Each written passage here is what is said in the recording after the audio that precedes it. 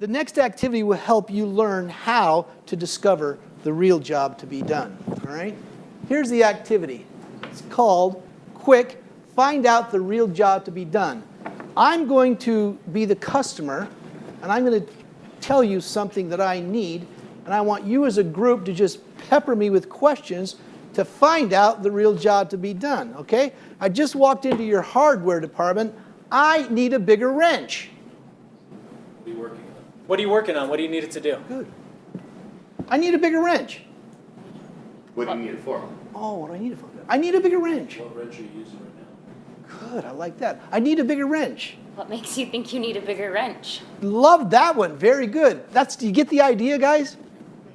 Customer in a pharmacy. I just walked into your pharmacy. Hey, I just saw Product Z on TV last night. I need a prescription. Why do you think you need that product? Why? Tell me a little bit about what's going on that makes you think that you need that. That's my favorite one. Tell me what's going on. Yes? Have you consulted your physician to get his opinion on that? Did you hear that? This is a pharmacy. It's prescription medicine. What are you trying to accomplish? Thank you. Thank you. So you got to be sensitive. It's a pharmacy, and maybe that might not be an appropriate question, but you get the idea, okay? You walked into a sporting goods store. Can I buy a treadmill? What kind of treadmill are you looking for? Good. What are your exercise goals? Good. What features in a treadmill is important to you? Beautiful. 2 months ago, my neighbor who's blind needed a treadmill. He asked me to help him get one. We went to the store, and honestly, it was one of the greatest experiences I've ever had to watch this salesperson deal with a blind guy and help him find a treadmill. And he asked just those kinds of questions. He was a poster child for what we're talking about. Did you know now that on treadmills, they're all digital? I mean, they're all video. You've got to, and if you're blind, what do you do? Well, he's got it figured out. He puts these little stickers where he needs to touch to get his program. Anyway, it was a great experience. But he asked those kinds of questions. What are your goals? What are you trying to accomplish? All wide open. Guest calling a hotel desk. Could you please, this is me. Could you please send a set of pliers and some butter up to the conference room? Do you need help with something? Do you need help with something? Can I call maintenance for you? Can I call maintenance for you? Would you like to tell me what's going on so maybe I can offer you anything else so you don't have to make any more further calls? Love that. Is someone stuck? This is a real situation. The customer had just bought some crab and had taken it back to the conference room and needed to figure out how to eat it, and they wanted some butter. So yeah, so I love the way you ask those. Have you done that before? Because that's exactly the kind of questions you ask. Tell me what's going on. Or do you want me to call maintenance? Or something like, are you stuck? Those kinds of things, just get some context, all right? So I think you all get the idea here. Discovering the real job to be done is vital for earning loyalty. The next activity will give us some serious practice. Please turn to page 42. Okay? One of you is a service worker. We're going to go back again in pairs. One of you is a service worker, and the other is a customer for the first two scenarios. Then trade roles for the next two scenarios. So you're back to your scenario cards. They look like this. Discover the real job to be done. Okay? So pair up. You guys will be a triad up here. Okay? Okay, ready, go. I guess that doesn't answer the question. Would you like to be You're going to be the customer or you're going to be the Facilitator. Make sure they study the scenario carefully so they know exactly what's going on. Oh, I guess They've kind of got the rhythm for it by now. I probably could have did a little more to explain that, but really the idea is to study that scenario card carefully so they know how to proceed. Oh, no, they are. Just need to get rid of them. I don't need any. Well, I appreciate you letting me come in here, and I noticed you didn't address it. After you've discovered the job to be done, switch roles. Remember, you're just trying to discover the job to be done, not solve the problem. Yeah. I've been successful. Are you help. Are you over the manual? It's not helping. just returning It's her time. looking to get something back? Really long. Okay, wrap it up. How did this one go? What did you learn from this activity? Yes, Jessica. We have this very deep ingrained habit of wanting to go right to solving it. So it's, once again, cause. Same problem. Yes. I heard it consistently. Gerardo summarized it very well. It's hard not to. Yeah. Yeah, very good. How well did the worker follow the guidelines on the practice card? I would say even though I was playing the freaked out person, Yeah. he still managed to direct the conversations to get the questions that he needed without being rude. Or, Yeah. So he still is like, I totally understand. Let me ask you another couple of questions so I can get to the problem. Yeah. Following the guidelines on the Discover practice card is such a key help to you. And that's one of the things I fail to do consistently. But if I've got those guidelines in front of me when I'm in the moment, it's so helpful. It's so helpful, right? Any questions on discovering the real job to be done? Do you get it? Any questions? Good, all right. So once you've discovered the real job to be done, the next part of taking responsibility is to follow up in order to strengthen the relationship. And we'll hit that huddle number 7 directly after lunch. Have a great lunch. Huddle 6 is facilitator-led. Sandy, could you please describe what is meant by discovering the real job to be done? Well, Annette, this is really fun. People don't want to buy a drill. They want to buy a 1/4-inch hole. People don't want to buy a knee replacement. They want to buy walking without pain, right? I mean, think about all of the different jobs that we have to be done. And in this section, we teach them how to ask really thoughtful questions so that they discover what it really is. I notice, Gordon, you do a lightning round exercise to discover the job to be done. Yes, we do. And it's an exercise where we address it to the whole group.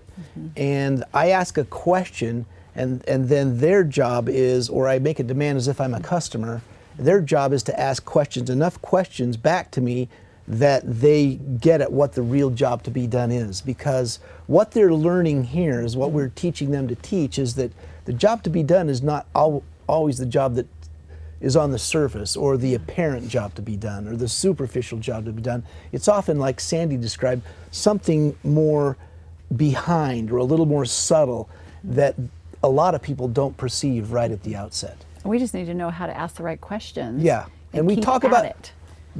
Open-ended questions, for example. Okay. Tell me about, or can you describe to me, or explain to me what you're trying to do. When they ask those open-ended questions and ask them several times, then they start to get at what the real job to be done is. And the video here is terrific because it teaches that principle very well. But again, even in teaching the video, most people are going to miss what the real job to be done is. Because we just assume Exactly. or apply our own thoughts to it. Yeah. So really setting aside our opinion and really ask. Exactly. Till we get it. Okay. This exercise is not in the facilitator guide. So how do we support managers in being able to do this with their own team? It's actually in the facilitator guide. It's not in the leader guide. It's not in the leader guide. And so when they look at the PowerPoint slides and see me do the exercise, and then they have the facilitator guide, you can help them through that, because they're going to have to concoct their own scenarios true to the real world when they get back to work. And the basic purpose of the exercise is to teach that whole idea that they ask enough questions to really get at the real job to be done. Okay, so they can look at the slide. They can look at the slide. They can learn it that way. Exactly. Okay, great. Okay, welcome. I'm excited for the afternoon. How was lunch? Good. Now we're going to talk about Huddle 7, which is follow-up to strengthen the relationship. Could somebody read for me this right here? What it's about, this huddle? Go ahead. This huddle is about following up to make sure customer problems and issues are resolved. But more than that, it's about making the relationship stronger, especially if it's been damaged. Especially if it's been damaged. And we talked a little bit this morning about recovery. That's what we're talking a little bit about here today as well, okay? You're going to conduct Huddle 7 in your groups. We have an audio story to support this huddle. I'll play it now and then turn the huddle over to your groups, okay?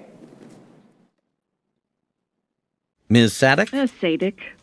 I'm Curtis Lopez, manager at Sports Stuff Store. What do you want? On our customer satisfaction survey, you rated us a 3 out of 10. And, I find that surprising because we're so committed to customer service. Why don't you tell me about the service you got on, May 23rd? You guys are a joke. What do you mean, a joke? Your people were making fun of me through the whole transaction, right in front of me. Okay, I find that hard to believe that our sports stuff specialists would do that sort of thing. Specialists? That's a laugh. What do they specialize in? Making fun of your customers? If you're the manager, where were you anyway? I was looking for you. Well, that was my day off. You're the manager, and you're not even there. Don't you ever get a day off, Ms. Sadek? Sadik, and Okay. now you're just wasting my time. Okay, let's just cut to the chase. What would it take to move you from a 3 to a 10? Goodbye.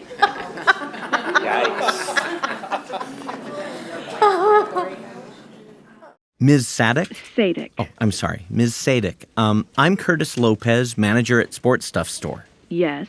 I understand you had a real problem when you came into our store on Tuesday. We're always trying to serve our customers better, and it would be so helpful if you could give me some input on your experience at the store. Well, okay. I bought this new pedometer to track my walking, but I couldn't figure out how it worked. The instructions were impossible to follow, so I came in for help. I stood around for several minutes waiting. No one acknowledged I was there.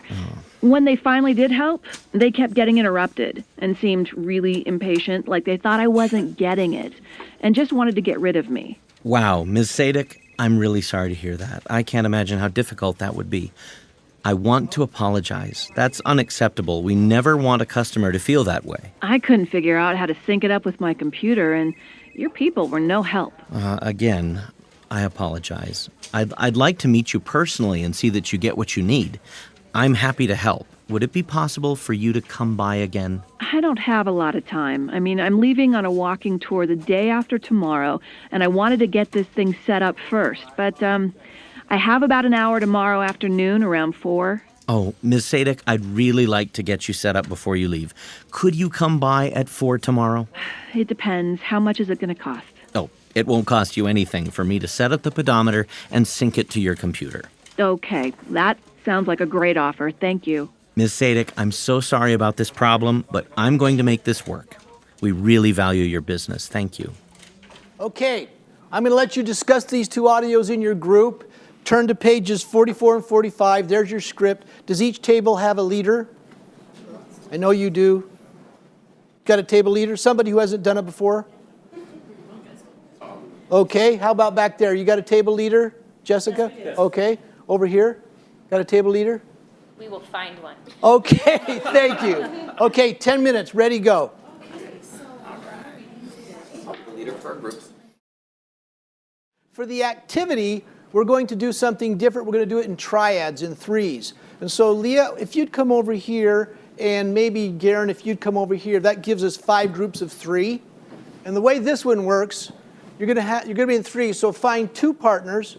One of you will be a customer service person, one will be a customer, and one will be an observer.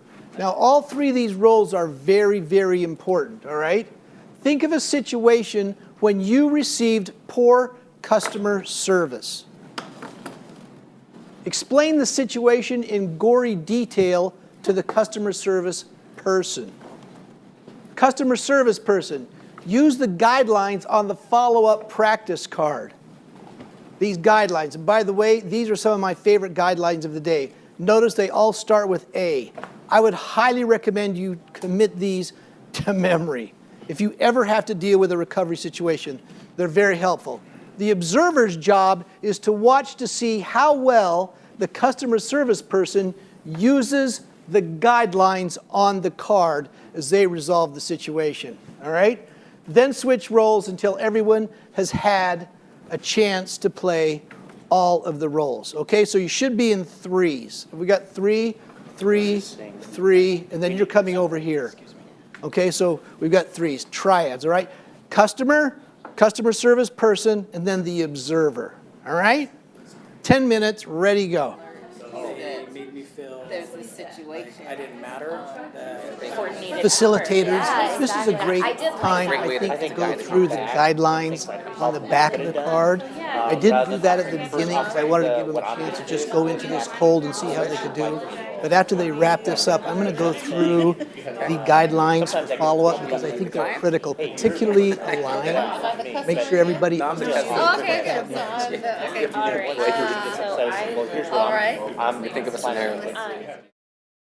Emotion, she said frustrated. Okay, guys, let's wrap it up. If you were an observer, Their version of good. if you were an observer, raise your hand so I know who the observers were. Oh, you all got a chance to do it. Oh, that's great. I didn't expect that. Okay, observers, what observations did you make? How did it go? Yes, Erica. I think one of the things that I saw is he took notes during, How'd that make you feel? well, that he was engaged and it was important to him. The other thing that I saw is he actively listened without interrupting. Okay. And one of the things, he didn't try to make excuses for the bad customer service that he had. Interesting. Good So for you. He just listened, he validated, he empathized, but he took responsibility without trying to justify why he was treated that way. He did all that? Let's give it. That's amazing. Nice job. Other observations? Yes, Gerardo. We had a great discussion here. What I noticed is we immediately kind of followed these in this perfect order. Oh, really? They're kind of Really- sequential for you? Yeah, really being engaged, apologizing, sincerely apologizing, and then making sure that the solution was what she wanted. So he could have offered anything, but he made sure that the solution was she guided that discussion. I love that. And- That's by design. This one, ask how you can make things right versus what? Just assuming you know what the answer is. Right. Why do you think it's this way that we ask how we can make things right? Any observations there? Yes. Because what's important for me and what I want may not be what you're looking for. Perfect. That's a great answer, Dennis. It really is a lot like that. And also, many times when you say, what can I do to make this right? The answer they come up with is often going to be less expensive than the one you come up with. Right. That's been my experience. So that's a great, they may be thinking it's something that you haven't even considered. Okay? Very good. What other observations as you observed? How did they do following the guidelines? Yes, Jessica.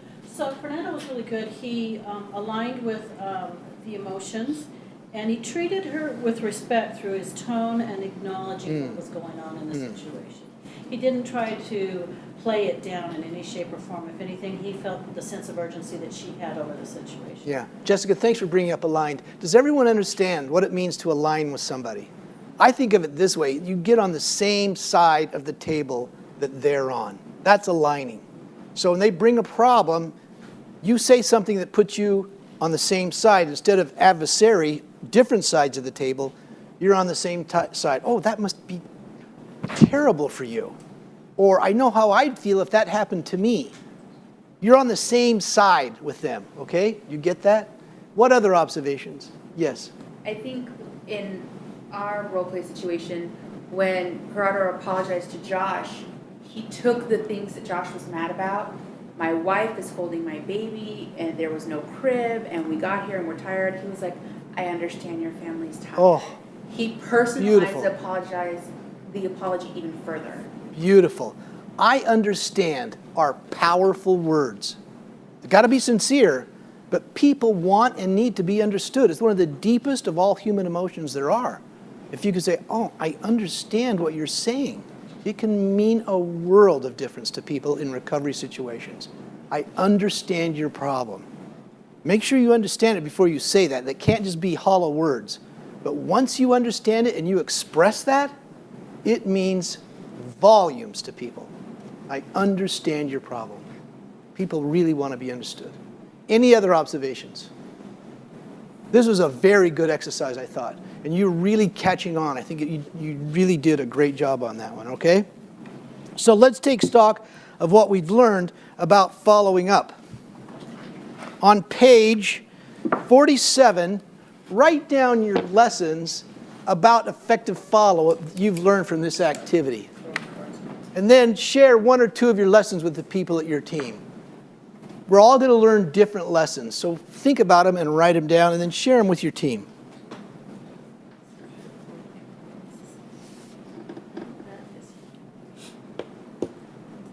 Okay, anybody like to volunteer and share 1 or 2 of your lessons that you've learned?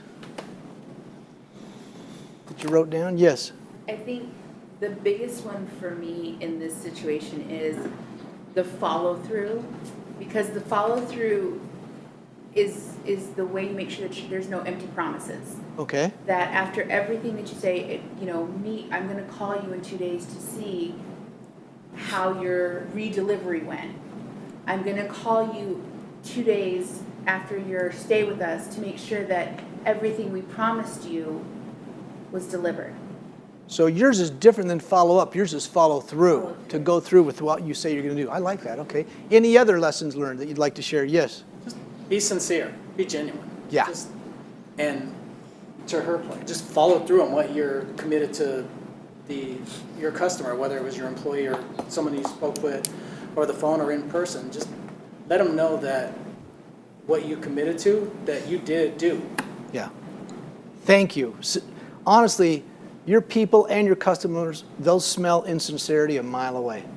Charles. I think for me, sometimes I can be skeptical and thinking they're just looking for a freebie, they're just a complainer, instead of assuming the good intent. And thank you. Realizing that, hey, you know what? They took time to fill out the survey. They took time to, to complain, and there's a reason for that. I need to use that to help improve our company. What if they really were trying to take advantage? Still, you did the right thing by assuming that they had good intent. You're going to treat them differently. Most are going to most are trying to do the best. Yes. And they're doing the good thing. And the ones that are really trying to defraud you or take advantage are very, very few and far between. And you don't want to risk assuming that this is a bad guy when it's not. Well, I was going to say too, and if it was, you may still have a loyal customer. You might win them over. Yeah, you know. Thanks, Charles, for bringing that one out. That's a very good observation, Gerardo. Thank you. All right. What opportunities are there for you to do follow-up in your particular business? As you think about it right now, think about opportunities in the week ahead where you might actually do some effective follow-up that will strengthen a relationship with either a customer or an employee. Anyone like to share? Yes, Charles. I know recently we did a post survey from a class that we taught, and we received some negative feedback. And we made adjustments to that feedback, but I went back to the client and said, based on the feedback, just want to let you know, here's what we are doing. Beautiful. Great example. Anyone else in their business? Yes. I think sometimes we get stuck on just communicating via email, and it can be very impersonal. So sometimes just making that extra time to put in a phone call to make sure that they understand or that they. Oh, Leah, that's beautiful. That's beautiful.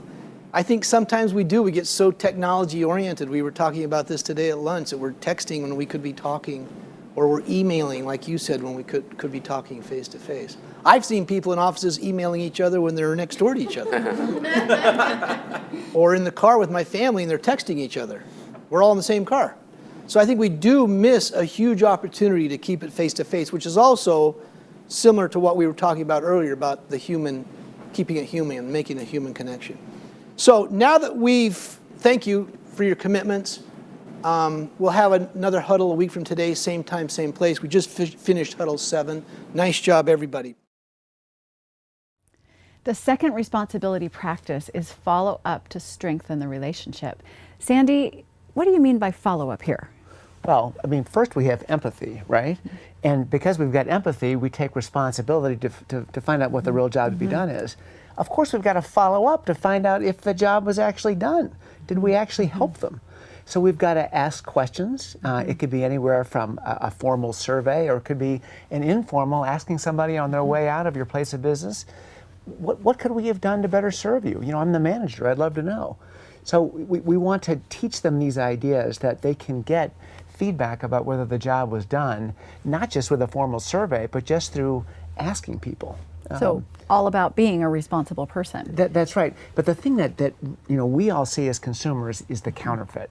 We see the pretend to want to find out. Did you find everything? Yeah, did you find everything, or how was everything? And they don't make eye contact with you, which means they don't really want to know. So we want to really point that out as part of this. And Gordon mentioned earlier that customers and employees know when we're counterfeiting. They can feel when we're it. pretending. And it really comes down to, what kind of person am I? Am I really the kind of person that takes responsibility? And if I am, I've got to find out. I've got to follow up to see whether the relationship was strengthened, whether I really helped the person. And that's where this booklet comes in, because it's who you are. To Sandy's point, what kind of person am I really? Right here. This is what helps you become that person that you want to be. So even if it's hard, we have the courage to face, deal with, welcome the person, take responsibility, learn what the job to be done is. Yes. And own it. And then learn if it wasn't done and take action at that point. And we don't want them to be afraid, because I think a lot of times they ask a question like, how was everything? But then they're afraid to hear the answer. They don't want the answer. They don't want the answer. That's one of my favorite things, is to answer the question and watch them squirm. Right. Like, oh, someone else is calling me. Yeah. Gotta go. I can see that. Now, this huddle is participant-led, is that correct? Yes, it is. And it's kind of a blend. So as a facilitator, you set up with the audio story, and then the participants lead the huddle in their table teams. And then we call it back as a facilitator, because we do the activity as a large group. So it's kind of a sandwich. It starts with you as a facilitator setting it up. They take over and do the huddle as their table team, and then you call it back as the facilitator to do the activity in a large group. So there's lots of moving parts here, but it's a very, very effective way to teach it. Great, and probably wonderful to have that transition back and forth as you get on in the day, because it makes it more fun. Yes. Exactly. Great, thank you. And now that we've practiced empathy and taken responsibility for the issues of customers and employees, we can practice generosity in solving those problems. Let's move on to the third loyalty principle, generosity. Okay? Please turn to page 48 in the leader guide. Generosity has two practices: share and surprise. Huddle 9 and Huddle 10 address those practices respectively. I will conduct this huddle myself. Welcome to Huddle 8. Generosity is the third principle of loyalty. Who can explain the statement on the slide? First, let's have someone read it. Could someone read it for us? Yes, thank you. Generosity transforms customers and employees into advocates. Thank you. Who can explain that statement?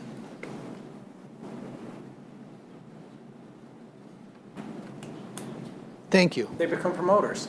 They become promoters? They're the ones that are going to be on the social media saying, they did this, it was great.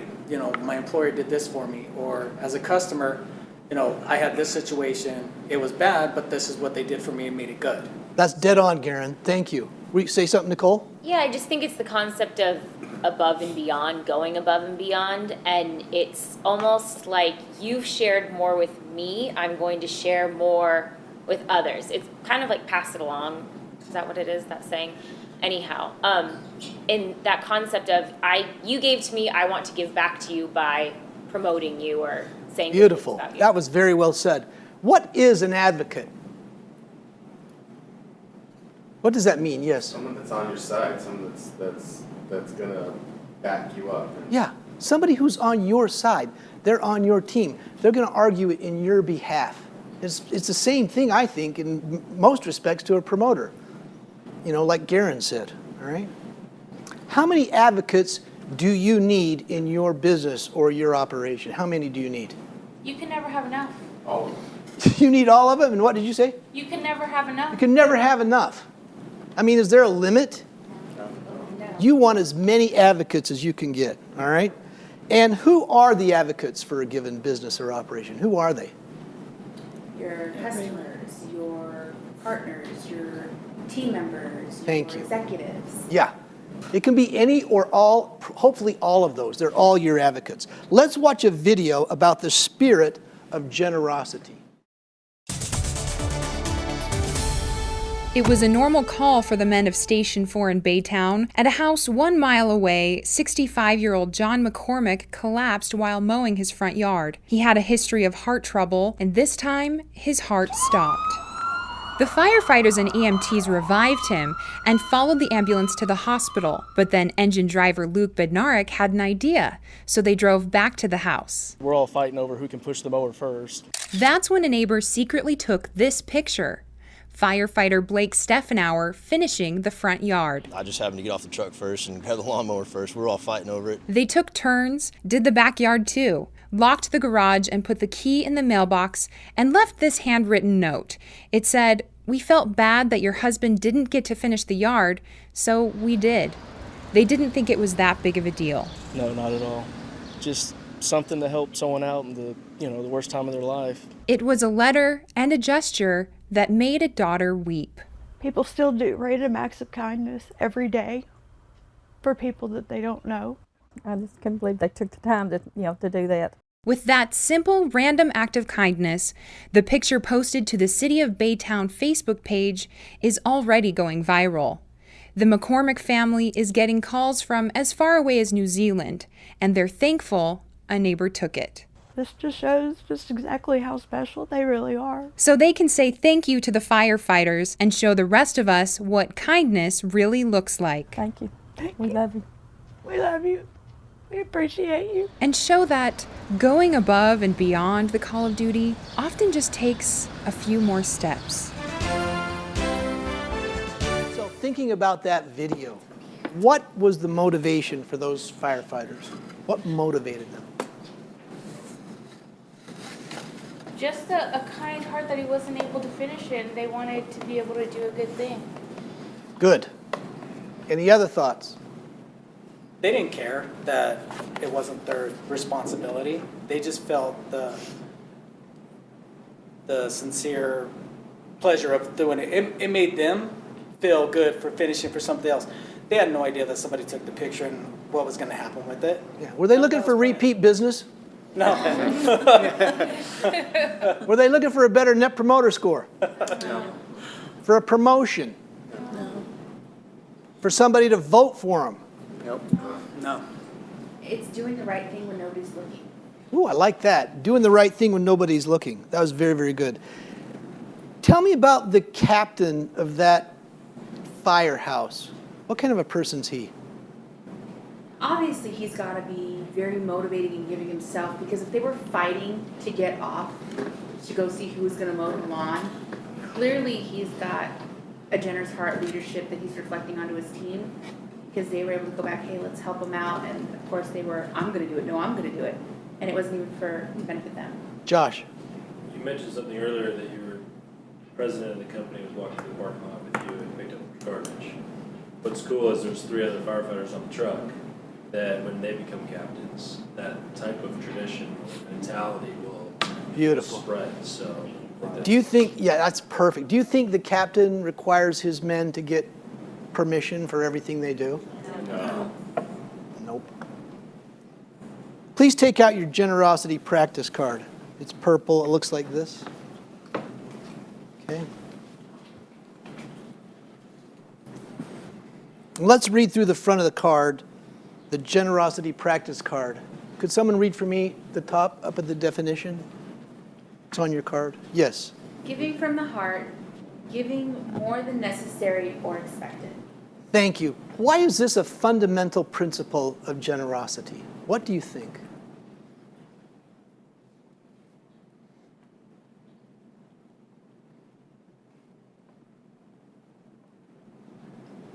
What is the connection between generosity and loyalty? I think, like just said, stingy people don't give. Stingy people, like, you hoard things to yourself, then you don't make connections. When you give, you involve people in, you invite people in, and they get that welcoming feeling, and they feel the ability to do it with other people. Okay. Yes, Melissa. I was thinking when you're giving, or when you're just doing what's required, that's not really giving. If you're going above and beyond what's required, that's actually giving to somebody. That was beautifully said. So when you're doing what's required, that's not really giving. I love that. Yes, Leah. I was just gonna say in terms of the loyalty connection, when you give, you get. Yeah. And depending on what you give is what. Beautiful. The opposite of generous is scarce. And if we go here to our card, you can say, on the scarcity side, it's not this, keep to yourself, don't contribute, do only what's expected, kind of like what you said, Melissa. And shifting our thinking to this, share insights openly, surprise with unexpected extras, like these firefighters did. Big difference, big shift in thinking, all right? So how generous are we really? Retail, when you see a customer walk into the store with a bag and a receipt in your hand, what are your thoughts? How would a generous person react? Yes? A generous person would be going towards them and asking them what help they need, if they could be of assistance. Beautiful. What would a scarce person do? A scarce person would probably go the other way because it might involve an issue, a problem, a return that they don't want to deal with. That's not going to drive anything back to them. Does that happen? Yes. All the time. I think we've probably experienced it. In healthcare, an angry patient calls to complain about your fees. What is your immediate reaction? How would a generous person react? Garen. The immediate reaction is a lot of people go on the defensive, or it's like, oh, it's not me, it's the company. So, but in hindsight, how would you want to be treated? If you were that person making that phone call, what would you want? So put yourself in their shoes. So when you're a generous person, it's like, I understand. To your point you made earlier is, I understand that they can be a little sensitive, but here's why. Yeah. So when they know the why behind it, a lot of people are more understanding and accepting. Wow, that was good. Very good. Hospitality. A guest with a shaking voice demands to speak to your manager. What instincts and reflexes take over? How would a generous person react? Gerardo. So I think the instincts and reflexes would be a defensiveness. Something's wrong, something happened, what did we do wrong? Whereas I think a generous person would go towards that person, find out what's going on, sit them down, have a really just a genuine concern for their physical presence, and just and then get to a conversation. That was really well done. These are hard things, but it's reality. This is what we deal with, and it's something you need to teach your people. And they're going to feel so much more empowered when you've taught them not just the principles, but you give them the practices so they actually can do something with it. Let's think about how generosity affects people. Let's look at the back of the generosity card.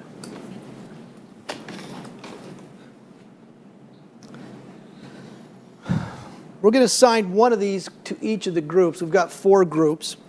I'd like you to hold a 5-minute discussion in which, as a group, you come up with one true story in answer to your assigned selected question. Okay, so this table, how about you take the first bullet point? Back there with Ursula, you take the second one. Over here with Nicole, you take the third one. And then right up here with Charles, the fourth one, okay?